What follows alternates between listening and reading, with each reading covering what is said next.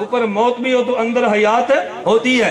اب ہے ننوتوی کا جملہ سمجھنا, میں علماء سے کہتا ہوں, آپ نے کیا سمجھنا ہے؟ علماء سمجھ جائے تو بڑی غنیمت ہے. فرماتے امتی کی موت مزیل حیات ہوتی ہے اور نبی کی موت ساتر حیات ہوتی ہے. امتی پر موت آئے تو تمام اجزاء سے روح نکل جاتی ہے, اور نبی پر موت آئے تو روح نکلتی نہیں ہے, بلکہ نبی کی موت اس کی حیات کو چھپا لیتی ہے. جیسے دیا جل رہا تھا, اوپر آپ نے پیالہ رکھا تو یہ دیا بجھا نہیں ہے بلکہ دیا چھپ گیا ہے. نبی کے قلب اطہر میں حیات موجود ہے, اوپر موت کا پیالہ آیا تو حیات چھپ گئی ہے. امتی پر موت آئی ہے تو حیات نکل گئی ہے, نبی پر موت آئی ہے تو حیات چھپ گئی ہے. امتی کا وجود زمین والا جس میں موت ہے, جس میں موت ہی موت ہے. اگر پانی برستا ہے تو زمین آباد ہوتی ہے, پانی نہ برسے زمین بنجر ہوتی ہے. میرے نبی کا وجود جنت والا, اس کو بارش کی ضرورت نہیں ہے. بارش برسے جنت والی زمین تب بھی ہری بھری ہے, اگر بارش نہ برسے یہ تب بھی ہری بھری ہے. امتی کا وجود چونکہ جنت والا تھا, روح کی بارش ختم ہو گئی تو موت آ گئی ہے. پیغمبر کا وجود جنت والا تھا, روح سمٹ گئی تو تب بھی زندہ ہے. میں بتا یہ رہا تھا کہ پہلے حیات النبی سمجھو تو صحیح نا, اس کو نہیں سمجھ آیا وہ گالیاں دیتا ہے, تجھے تو سمجھ آئے نا. الناس آداء لما جاہلو, جس بات سے بندہ جاہل ہونا وہاں بکتا ہے. مولانا قاسم نوتوی خلاف وہ بولا ہے جو مولانا قاسم نوتوی کے علوم کو سمجھا ہی نہیں ہے. اگر سمجھتا تو پھر اعتراض کیا تھا؟ تحذیر الناس کو سمجھتا تو بدعتی فتوے کیوں لگاتا؟ تحذیر الناس کو نہیں سمجھا, بدعتی نے فتوے لگائے, اور آب حیات کو نہیں سمجھا تو ملحد نے فتوے لگائے. کوئی تحذیر الناس نہیں سمجھا وہ دشمن بنا ہے, کوئی آب حیات نہیں سمجھا تو وہ دشمن بنا. پتہ نہیں تو ان گال بھی سمجھ آئے کہ اللہ میں بات سمجھ نہیں, ہر بات تمہیں نہ سمجھ آئے اس سے کوئی غرض نہیں ہے. یہاں تو ایک بات صرف سمجھا رہا تھا, جو میں نے اشارے کی وہ تمہیں سمجھانے کی ضرورت نہیں. میں بتا رہا تھا کہ نبی کا وجود, خلاصہ سمجھ لو, نبی کا وجود, بولو نبی کا وجود, جب جنت والا وجود ہے تو جنت میں عیب نہیں, نبی کا وجود بے عیب ہے. جنت میں بو نہیں, نبی کا وجود سراپائے خوشبو ہے. جنت میں کثافت نہیں, نبی کا وجود سراپائے لطافت ہے. توجہ, نہ جنت میں وبا نہیں, نبی کا وجود سراپائے شفا ہے. جنت میں نیند نہیں, نبی کا وجود سراپائے بیداری ہے. جنت میں نیند نہیں, موت نہیں, نبی کا وجود سراپائے حیات ہے. نبی کا وجود سراپائے. اب زندہ کو مردہ کہنا کتنی بڑی زیادتی ہے. اس لیے ہم دیوبند والے کہتے ہیں ہمارا عقیدہ ہے انبیاء علیہ السلام اپنی قبروں میں زندہ ہیں, اور جو نبی کو قبر میں زندہ نہ مانے اہل سنت والجماعت بھی نہیں, دیوبند والا بھی نہیں. اس کے پیچھے نماز مکروہ تحریمی ہے, اس کی تقریر سننا گناہ ہے. ایک بندہ مجھے کہتا ہے تقریر سننا کیوں گناہ ہے؟ وہ احادیث ہی سناتے ہیں, آیتیں ہی پڑھتے ہیں, کہ اس میں جرم کی کیا بات ہے؟ میں فتویٰ نہیں دے رہا, میں فتویٰ نقل بھی کرتا ہوں, توجہ فتویٰ سمجھاتا بھی ہوں, میں نقل بھی کرتا ہوں, سمجھا بھی رہا ہوں. حضرت مولانا یوسف الدیانوی شہید رحمت اللہ علیہ, آپ کے مسائل ان کا حل جلد نمبر 10 صفحہ نمبر 519 پہ لکھا ہے. کیوں کہ اب اس کی تقریر سننا گناہ ہے. ایک بندہ مجھے کہتا ہے تقریر سننا کیوں گناہ ہے؟ قرآن ہی ہے نا, حدیث ہی ہے. میں نے کس لیے گناہ ہے؟ ایک نبی کی ذات ہے, ایک نبی کی بات ہے. قرآن و حدیث نبی کی بات, وجود پیغمبر نبی کی ذات ہے. جو ذات نہ مانے اس کی بات نہیں سنتے, نہیں سمجھے. جو ذات نہ مانے اس کی بات ہے. ہمارے اختلاف نبوت کی ذات پر ہے. تو کہتے ہیں بات کیوں نہیں سنتے؟ پہلے ذات مان پھر بات سنیں. مجھے آپ ایک بات سمجھاؤ, ہمارے لوگ بات بہت سادے ہیں جی. یہ معتدل مماتی ہے, یہ کون ہے؟ یہ معتدل زیادہ خطرناک ہے. جو کھلا کھلا مماتی ہے نا وہ خطرناک نہیں ہے, اس کے قریب ہی کوئی نہیں جاتا. یہ معتدل ساری فضا خراب کرتا ہے. میں ڈیرہ غازی خان آؤں گا, مولانا الیاس گمر صاحب کو نہ بلاؤ, کیوں وہ ناراض تھی جاسی. دیکھو ساڑھے نال چل دے پہن بلا کیا تھی سی, بس وہ اس نے برباد کیا. وہ تیرا عقیدہ نہیں قبول کرے گا, اس نے میرے راستے روکے ہیں, لیکن وہ نہیں روک سکتا انشاءاللہ ثم انشاءاللہ. سارے تو اس طرح کے نہیں ہے نا, ہمارے اللہ توفیق عطا فرمائے. یہ معتدل زیادہ خطرناک ہے. مجھے توجہ رکھنا, میں نے ساتھی سے کہا, مجھے بعض ساتھی کہتے ہیں کہ نہیں ہم نے مماتی کو بلایا ہے, اس نے منع ہم نے کیا تھا کہ حیات ممات کو نہ چھیڑنا, بس صرف ہمارے موضوع پہ بات کرنا. مجھے آپ بتاؤ, اگر کوئی شیعہ آپ کے سٹیج پر آئے اور وہ کہے جی میں صحابہ کو گالیاں نہیں دوں گا, میں صرف قرآن پڑھوں گا, بلا لو گے؟ کیوں؟ وہ تو اختلافی بات نہیں کر رہا. بلا لو گے؟ کوئی مرزائی آپ سے کہتا ہے آپ کے ختم نبوت کا جلسہ ہے، میں حضور کی شان میں نعت پڑھوں گا، سن لو گے؟ تو پھر اس پر تمہارے پیٹ میں روڑ کے اٹھتا ہے، کہا جی نہیں یہ مماتی آیا تھا اس نے یہ مسئلہ تو نہیں نہ بیان کیا، تو میں نے کہا مرزائی اگر وہ مسئلہ نہ بیان کرے تو پھر بلا لو گے؟ اگر رافضی ہو اور صحابہ پہ تبرے نہ کرے تو پھر سٹیج پہ بلا لو گے؟ تو اس کو کیوں کہتے ہو جی مسئلہ یاد تو نہیں بیان کیا، ہم نے اس لیے بلایا؟ بھئی معتدل کیا ہوتا ہے؟ عقیدہ عقیدہ ہے، گمراہ گمراہ ہے، معتدل ہو تب بھی گمراہ ہے، متعصب ہو تب بھی گمراہ۔ بات ٹھیک ہے غلط ہے؟ تو میں نے بتایا اہل سنت والجماعت احناف دیوبند کا عقیدہ ہے انبیاء علیہ السلام قبروں میں زندہ ہیں، جو قبروں میں زندہ نہ مانے اہل سنت والجماعت میں سے نہیں، دیوبند والوں میں نہیں، اس کے پیچھے نماز بھی مکروہ تحریمی ہے، اس کو چندے دینا بھی گناہ ہے، اس سے تعلقات بھی ناجائز ہیں، اس کی تقریر سننا بھی ٹھیک نہیں ہے۔ ہم نے مسئلہ نقل کر دیا ہے، آپ اپنا مقدر ہمارا اپنا مقدر، قیامت کو ہم اللہ سے کہہ دیں گے ہم نے کسر نہیں چھوڑی، ان سے پوچھ ان نے یاریاں کیوں لگائی تھی۔ وآخر دعوانا ان الحمدللہ رب العالمین۔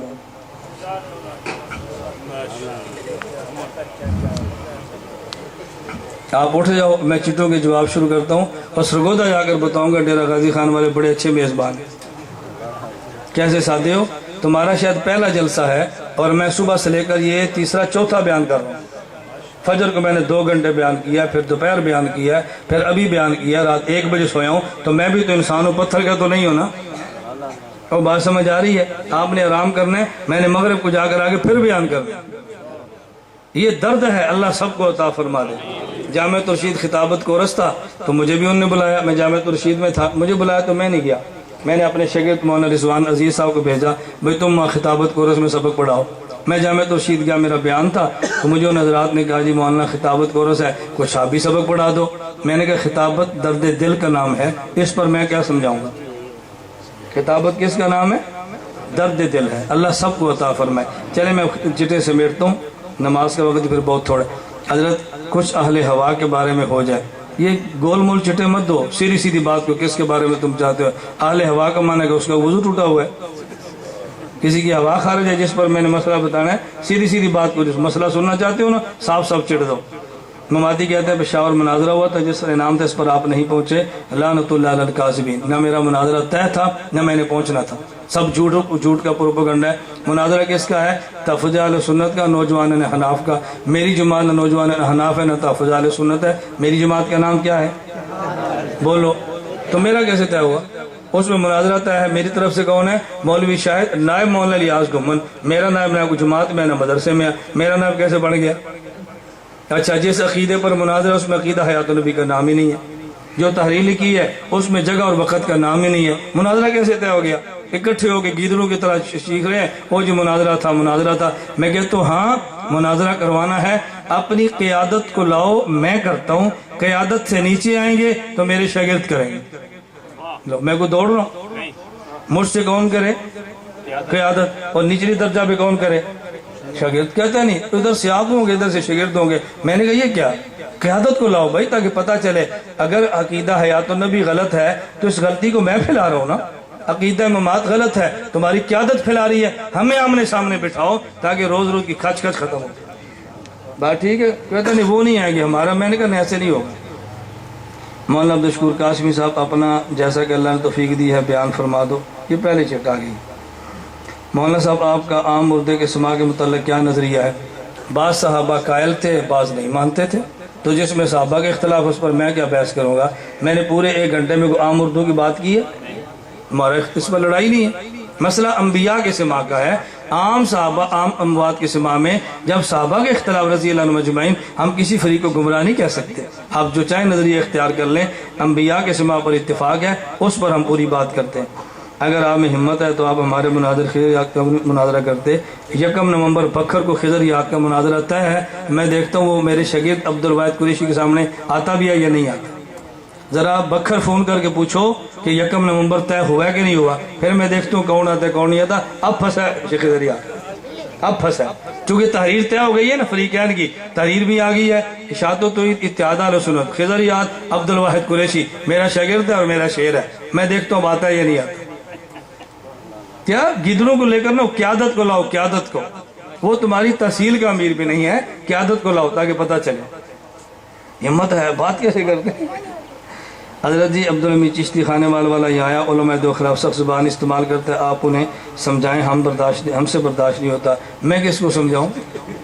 اس کو سمجھاؤں؟ میں تمہیں سمجھاؤں کہ جب اس کا جلسہ ہو تو ساتھ ہی دوسرے دن ہمارا بھی رکھ دیا کرو، اور اس کی کیسٹیں دو، ہم ٹھکائی کر دیں گے، آئندہ وہ ٹھیک ہو جائے گا۔ بس تمہیں سمجھاؤں یا اس کو سمجھاؤں؟ غیرت آپ میں نہیں ہے، سمجھانا میں نے اس کو ہے۔ وہ جو ٹوکے والا آیا، برچی والا آیا، تو میں نے کہا تمہارے اندر جان نہیں ہے۔ میں تمہیں کھلے عام کہتا ہوں، کوئی ریلوی آئے وہ تمہارے یہاں مناظرہ چیلنج کرے، تم جلسے میں کھڑے ہو جاؤ، کوئی تاریخ دو مناظرے کی، کوئی ٹوکے والے کو کہہ دو، حنیف کو کہہ دو، عبدالحمید کو کہہ دو، اگلا کام تمہارا نہیں ہے، ہمارا کام ہے۔ اب اس کا میں کیا علاج کروں؟ آپ خاموشی سے بیٹھے ہیں، مولوی صاحب تاریخ دو، یہ تقریر کر کے تم جلسے میں کھڑے ہو کر کہو بھائی مولانا صاحب تاریخ طے کرو مناظرے کی، دیکھنا ہماری ٹیم کیسے آتی ہے انشاءاللہ۔ اللہ کے فضل سے ہم نے ٹیم تیار کی ہے، اور اس وقت بھی میرے پاس 85 علماء زیر تربیت ہے، 85 علماء ہیں۔ آج ساتھیوں سے کہہ رہا تھا تمہیں ابھی نہیں، تمہیں ہمارے جانے کے بعد پتہ چلے گا کتنی کھیپ دنیا میں پھیل گئی ہے، کتنا لٹریچر دنیا میں آ گیا ہے۔ بریلویت فرقہ آ گیا ہے، اہل حدیث فرقہ آ گیا ہے، فرقہ جماعت المسلمین آ گئی ہے، سیفیوں پر کتاب آ رہی ہے، دعوت اسلامی پر آ رہی ہے، ہیراوین پر آ رہی ہے، مماتیت پر کتاب زیر تب شروع ہے، کام ہو رہا ہے، ایک ایک فتنے کے خلاف اور ایک ایک فتنی کے خلاف سارے کام ہو رہے ہیں۔ بتاؤ یہ کتنا مشکل کام ہے، خطابت بھی ہو، بیان بھی ہو، مدرسہ بھی ہو، سبق بھی ہو، اللہ پاک کام لے رہے ہیں۔ ابھی آپ بیان سے فارغ ہوں گے، دعا ہوگی، باہر ہماری کتابیں پڑھی ہیں، اب کتابیں آپ نے خریدنی ہیں یا میں تمہیں مفت تقسیم کر دوں؟ یہ دیکھو ناراض نہ ہونا، ہماری مسئلے ہیں، تم مسئلے کھول لو، اس مسئلے کے اندر تمہیں ہمارے پوسٹر نظر نہیں آئیں گے۔ اہل حدیث کی مسئلہ پوسٹر ہوگا، بریلوی کی مسئلہ پوسٹر ہوگا، شیعہ کی امام کا پوسٹر ہوگا، ہماری مسئلے میں ہمارے پوسٹر نہیں ہوگے، تم کیوں نہیں لگاتے؟ باہر آپ جاؤ، لکھا ہوا ہے عقیدہ حیات النبی کے دلائل، آپ پوسٹر لے لو، آپ اس کو اپنی مساجد میں لگاؤ، بیٹھک میں لگاؤ، فلموں کے بیٹھک میں ضرور لگانے ہیں پوسٹر، اپنے عقیدے کے لگا لو۔ کچھ تم بھی کام کرو گے یا نہیں؟ گزارش ہے آپ ہمیں پولیو کے قطرے کے بارے میں بتائیں، یہ پلانے چاہیے کہ نہیں؟ یہ مفتیوں کا مسئلہ ہے، ان سے پوچھو، میرے مسئلے مجھ سے پوچھو۔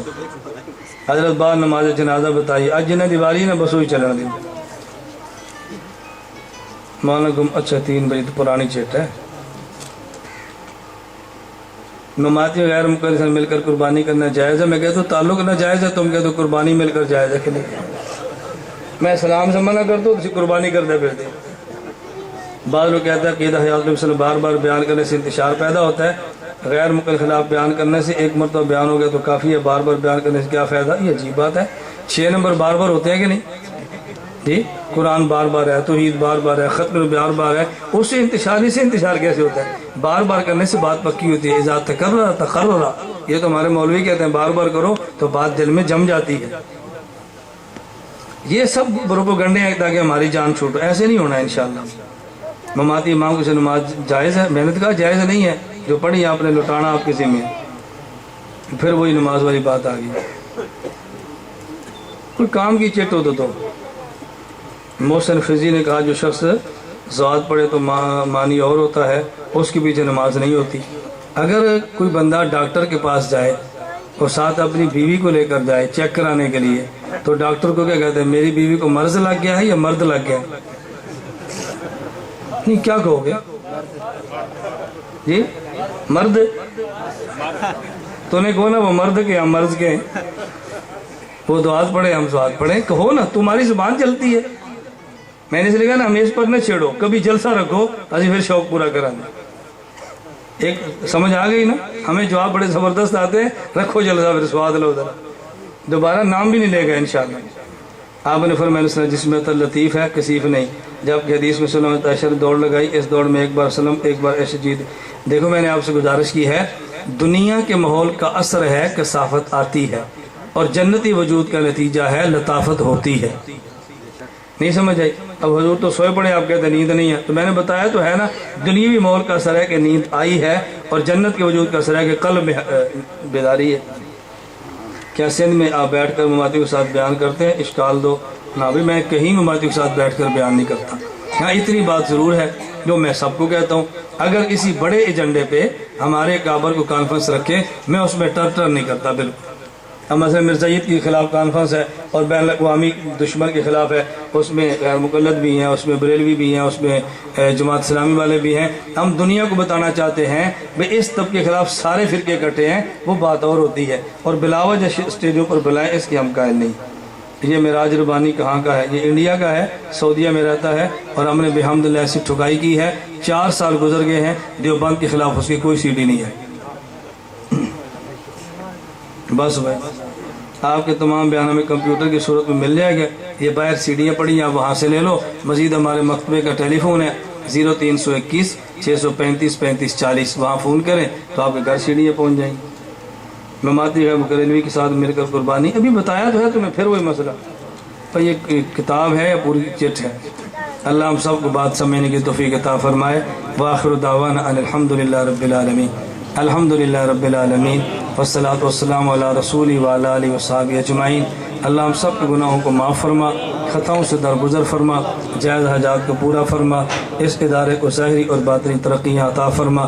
اللہ جو تشریف لائے ہیں تمام کانا قبول فرما، ہم سب کا خاتمہ بالایمان فرما، قیامت کے دن حضور اکرم صلی اللہ علیہ وسلم کی ہم سب کو شفاعت نصیب فرما۔ وصلی اللہ تعالی علی رسول خیر خلقہ محمد وآلہ وصحبہ اجمعین۔